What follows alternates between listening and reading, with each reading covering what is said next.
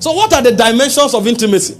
There are three major dimensions of intimacy. Number one, revelation-based intimacy. Number two,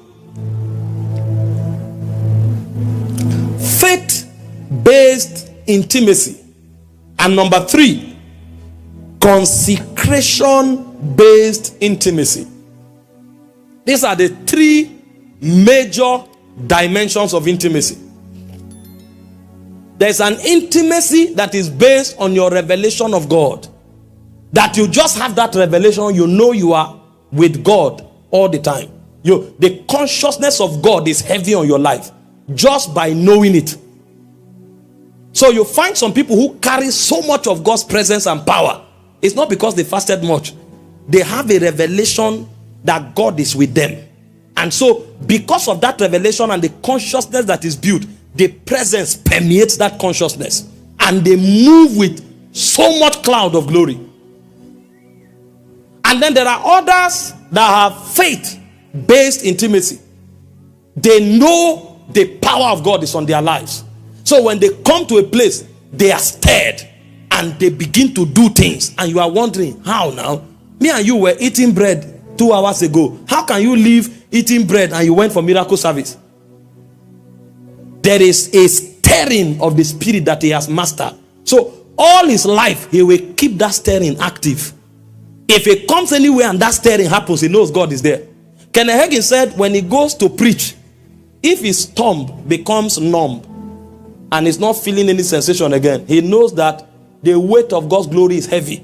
He said he will start running and touching every sick person. As in, he will literally be running. Anybody he touches within that time is healed of whatsoever. Because he has come to understand that when this operation happens, this is what it means. It means the angel of God's presence is with me. And he has built his faith along that line. It's a faith-based dimension of intimacy. When you walk into a place, sometimes you sense something in your heart. You just know that God is here. You will rest. You will be talking as if you are in the third heaven. And somebody is looking at you and say, why are you so sure? I have learned this faith dimension. And then there is a consecration-based intimacy. If you pray in tongues for 12 hours, every time you pray in tongues for 12 hours, your consciousness must touch God. And if you like, enter a desert, God will be there. If you fast for 3 days dry, anywhere you enter, the glory of God must be there. You have known it. That for you, this is your spiritual threshold. If you cross it, you must encounter God. That's a consecration-based intimacy. So if you want to have a relationship with God, you must maintain that 3 days fast. If you want to have a revelation with God, you must maintain that 15 hours fast, prayer.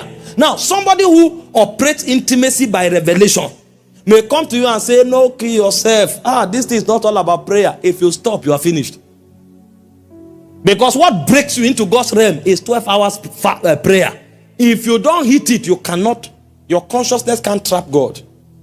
Meanwhile, that other person, he just stands up and is walking around. He's walking around. He just hears, and he shall be in you and with you forever.